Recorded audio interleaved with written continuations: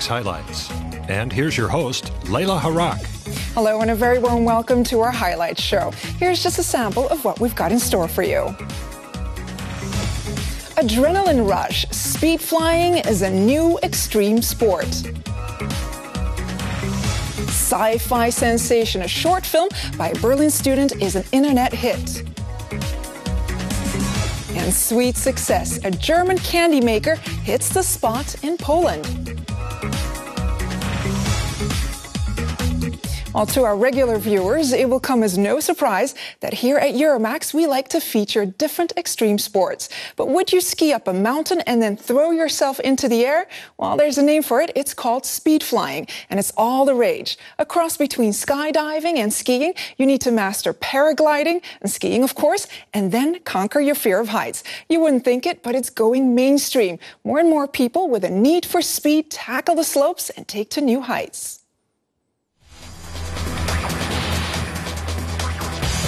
Navigating cliffs and snow at speeds of over 100 kilometers an hour, equipped with just a small fabric wing controlled by 2 cords.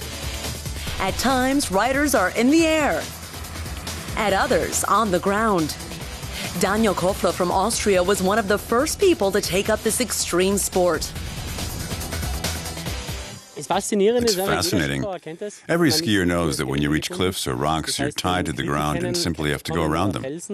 But with a parachute like this, you can simply ride down. When the terrain's impassable, then I fly. And when I can ride, I free ride. This is skiing in 3D. Speed flying originated in France. Skiers used parachutes to get from one piece to the next. Speed wings have been on the market since 2006. Kofler and his friends have developed their own technology designed especially for the Alps. It's all about staying close to the ground so you can really feel the mountain and then fly up when you need to. You really feel the speed when you're close to the ground. And if you don't have your cords under control, then you'll really feel the gravity, and you've got to react very quickly. It's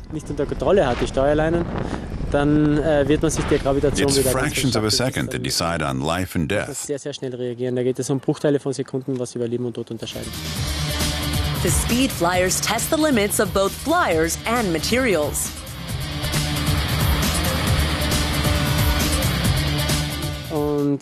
We eventually tried speed flying without skis, but using such a small wing to fly without skis is unthinkable. Speed flying is possible in the summer too. And some mountain climbers use the speed wings for a quick descent back down to the valley.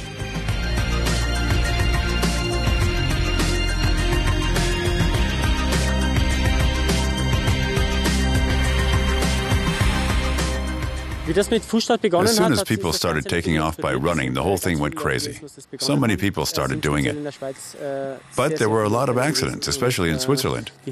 So manufacturers wanted to come up with a solution. Basically, you need a bigger wing if you start on foot without skis. Recently, 16 square meter wings came onto the market. They're easier and safer to use, especially for beginners. The mini wings, as they are called, are based on much bigger paragliders. Tanja Happacher is no expert flyer, but she wants to try out the mini wings. Let's see what it's like with such a small piece of material. But after a few steps, she's up in the air. The wing is easy to control.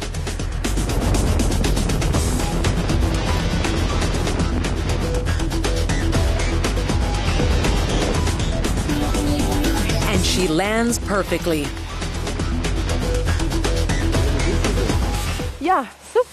It's a great feeling. Just a little movement turns the wing a lot. How should I put it? It's a feeling of freedom. You feel so free and light.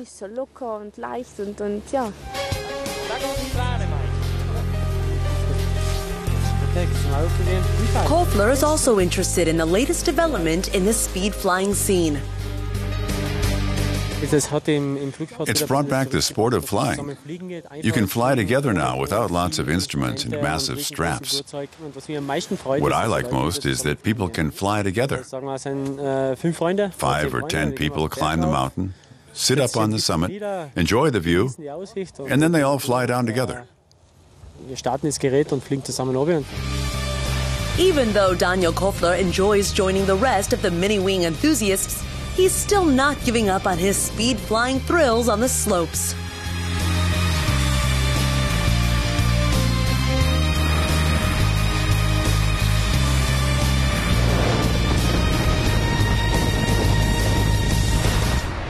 Well, let's leave behind those slopes and enter the virtual world. In fact, with so many people watching videos online these days, the internet is quickly becoming a goldmine for movie producers. One aspiring young filmmaker from Berlin made his own animated sci-fi short, then put it online. It went viral, so much so that Caleb Lekowski's film caught the attention of Hollywood executives. He's still a student in his early 20s, but his movie may soon be coming to a theater near you.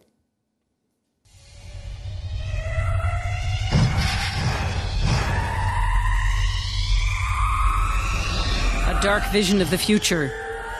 A robot holding an alien captive.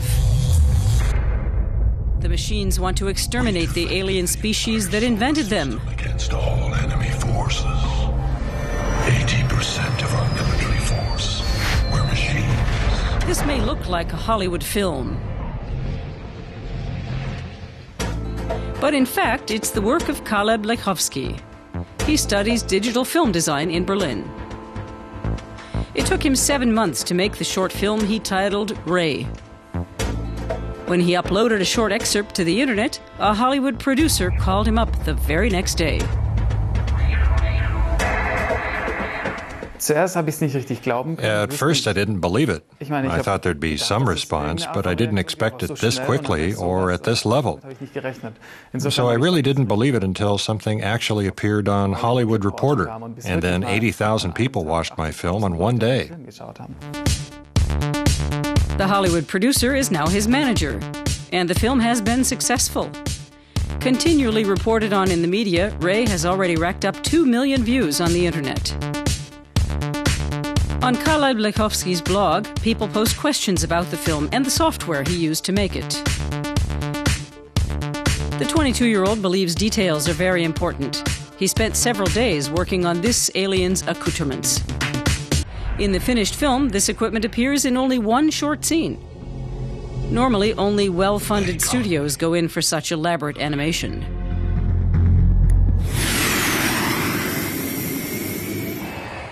I try to animate very realistically, unlike Pixar and Disney, which like to use exaggerated motions, more sweeping, stylized motions. And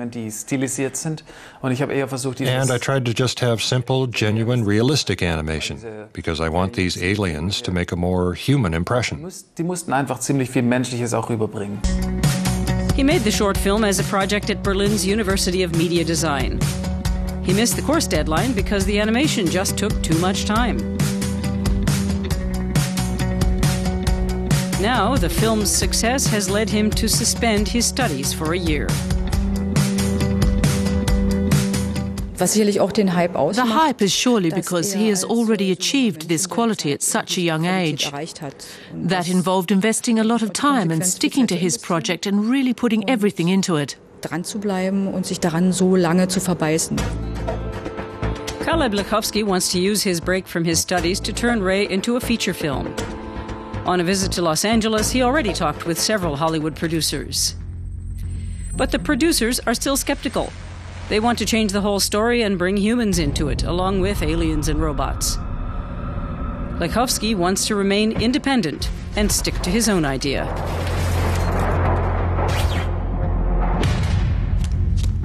The plan is not to make a really expensive $100 million film, but to stay in a place where I still have the freedom to try out something new with the overall story. And beyond that, I am utterly convinced that it's going to function even without humans. Who knows, maybe Kalev Likovsky's animated Alien World will soon be regarded as one of the great science fiction films.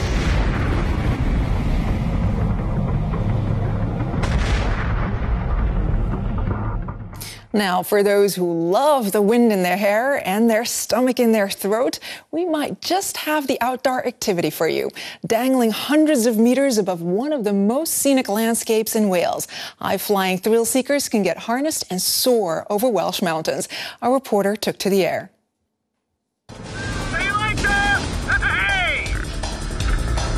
This is not for the faint of heart, offering a 1,750-meter-long descent over the Llandinas Lake in Wales. This is Europe's longest zip line. Riders travel at about 100 kilometers per hour and experience the feeling of traveling at high speed with no brakes. Brilliant. Best feeling ever. It's amazing as well, yeah. It's like you're flying, basically. Like, you know, you feel like Superman, kind of, yeah. What a rush. What a rush. Fantastic. Yeah, I want to go again. Dylan Hughes lives near the Snowdonia National Park. He can barely wait to try the zip line.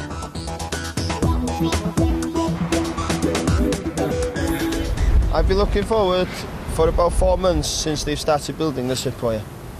I'm quite nervous at the moment, shaking, and I'm expecting a lot of adrenaline and excitement. He learns the art of flying by wire on this shorter 500-meter course. Braking is only possible when the rider sticks his or her arms out. Heavier riders tend to reach the end of the course faster. Absolutely fantastic. Fantastic. I want to go again. The ride starts at the top of the mountain. Instructor Sean Taylor accompanies the participants to the launch point. The quarry had its own hospital, and the hospital was built. The zip line is located in an unused part of a quarry that has been in operation since the mid-19th century. Setting up the course cost €600,000. The concept is a journey. I think you've all seen how dramatic this area is. I don't think there's anywhere in Europe that's got what we've got here. We've got the lake, we've got the culture of the quarry. You know, I think it's a magical place. This is a truly inclusive experience, a very special experience, but something that everyone can do. And other businesses will benefit from this. I'm very hopeful. And we've already seen people from all over the world booking. When you come home again to Wales. Taylor sings Welsh folk songs to keep up Dylan's spirits before the launch. But he needn't worry. The course's safety has been analysed and tested by experts. However, high winds can present a danger to riders at the end of the course. Taylor gives Dylan Hughes a few tips before he starts. He needs to breathe. We have people go down who do not breathe. You can breathe. You're going to reach speeds of 90, 100 miles per hour. And we make sure he's still happy. The person is still happy because this is quite a dramatic thing they're going to be doing. Yeah, I am happy, yeah. I just want to go now. Yeah, office, the winds seem to have picked up here. Can you give me an accurate reading, please, of wind speeds, directions and the last gust, please, over the last 2 minutes? The wind conditions have changed suddenly. If it's blowing faster than 32 kilometres an hour, he'll have to wait. Hello, it's 20 miles per hour southeast. And it's 15.3 over the last 10 minutes. 3, all clear. 2, 1. It's a fast trip. Soon after the start, riders hit about 140 kilometers per hour. Often the slate outcroppings are only a few meters below. But by the time the riders are over the lake, the trip becomes a bit calmer. 55 seconds later, it's all over. In that short time, Dylan has made a descent of 400 vertical meters. Well, that was a fast one. Yeah. Windy. Absolutely brilliant. Brilliant. You're coming down and you're just above the slate, and then you just go over the cliff then, and it just opens all out above the lake. Fantastic. the place just opens up beneath you and it feels like you're just flying. Feel on top of the world. A ride on Europe's longest zip wire costs just over 50 euros. The owners are sure that once riders have experienced the trip, they'll be back.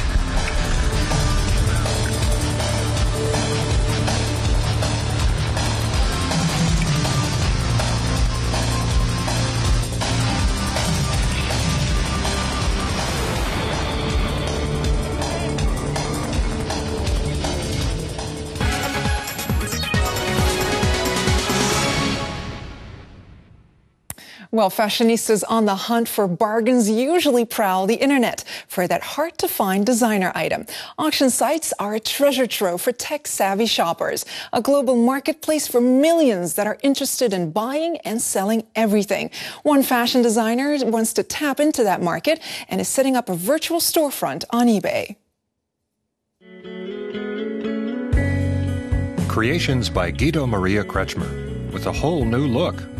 Forget the sumptuous evening gowns. This time, the German fashion designer has unveiled a collection with a more leisurely look. 20 outfits designed especially for a short summer break and for a smaller budget. Prices range from just 49 to 199 euros for original Kretschmer creations. The collection is a lesser-known part of who I am. My designs are normally big and glamorous, but these are sporty, light, and even cautious. But that's part of my life, too. I think this collection will appeal to a lot of women.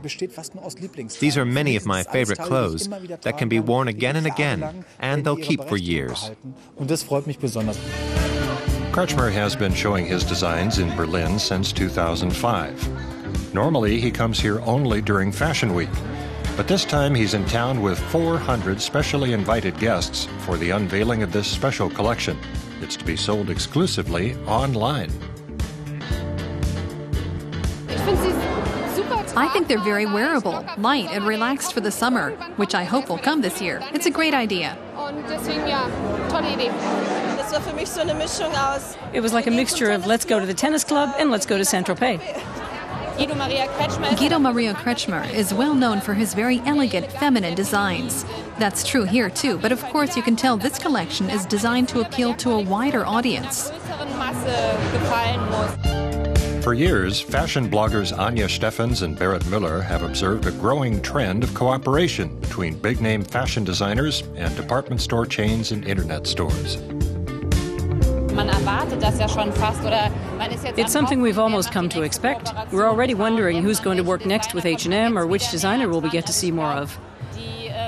I think customers expect it now. It makes the big designers more approachable and their work affordable. One day before the fashion show, the star designer was busy in his showroom in Berlin, finalizing the outfits for each individual model. 11 designs from the collection will go into production. Each one will have 100 copies. The limited production ensures that the clothes will not pose any competition for his main fashion lines, where the designs cost around 3 times the price.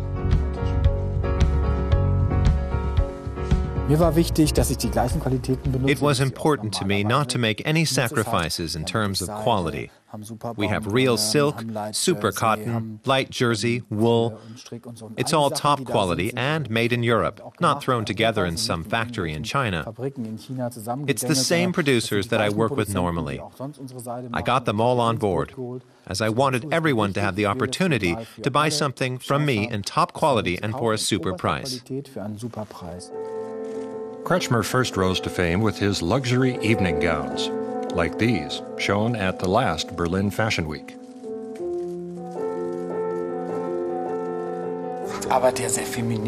My designs are very feminine. The cuts are very feminine.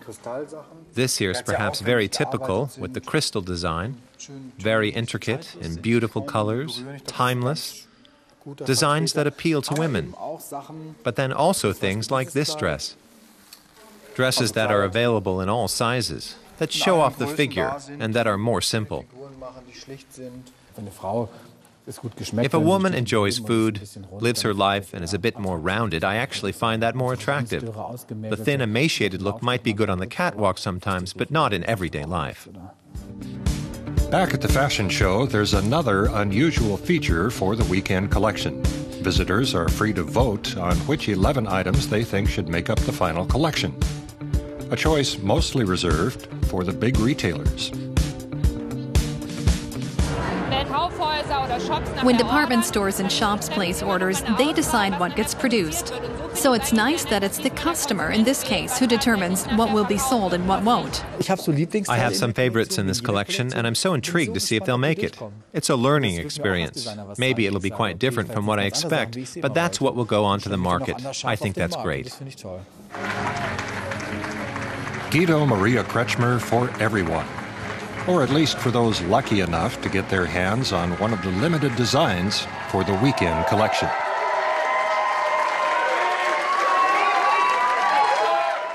Well, if you're ready to sink your teeth into something sweet, we know just a place that hits the spot every time. A candy shop in Poland makes treats the old-school way. On any given day, you can see the candy maker kneading, stretching, and sculpting colorful confections. Our reporter went to get the scoop on the Polish Willy Wonka.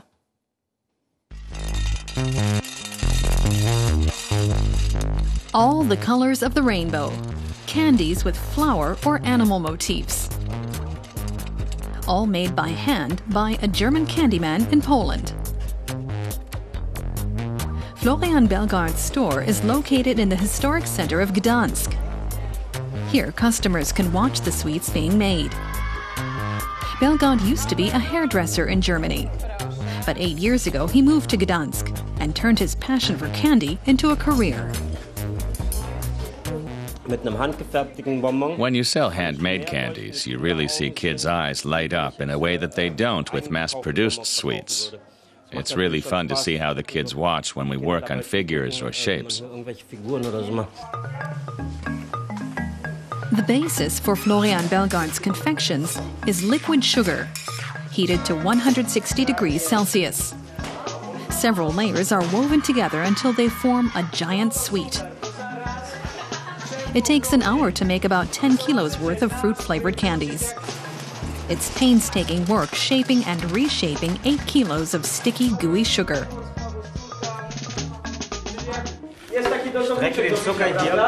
I stretch out the sugar, and that allows air in. That air changes the sugar in a few ways. One, the sugar turns white, which you can see, and that's because of the way light breaks through it. The second effect that we see is the air makes the sugar taste better. The aroma has a better chance to spread when you have air pockets. Florian Belgard's sweets come in a large range of flavors and colors. His products are a hit with customers of all ages. Belgard has now opened his 4th shop in Poland. Demonstrations and tastings are part of his recipe for success.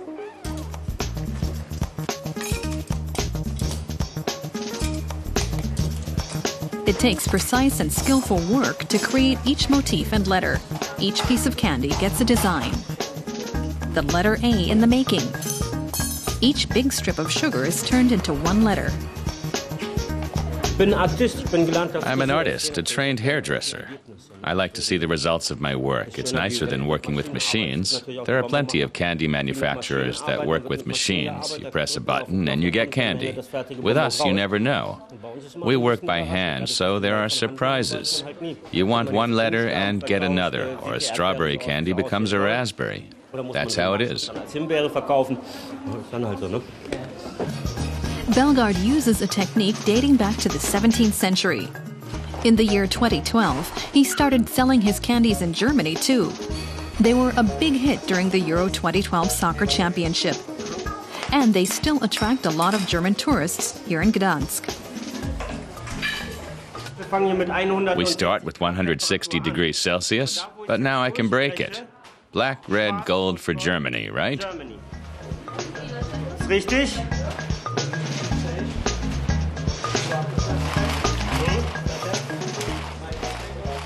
Ambitious customers can even have a go at designing their own candies for Florian Belgard to make for them. A personalized and very tasty souvenir from Gdansk.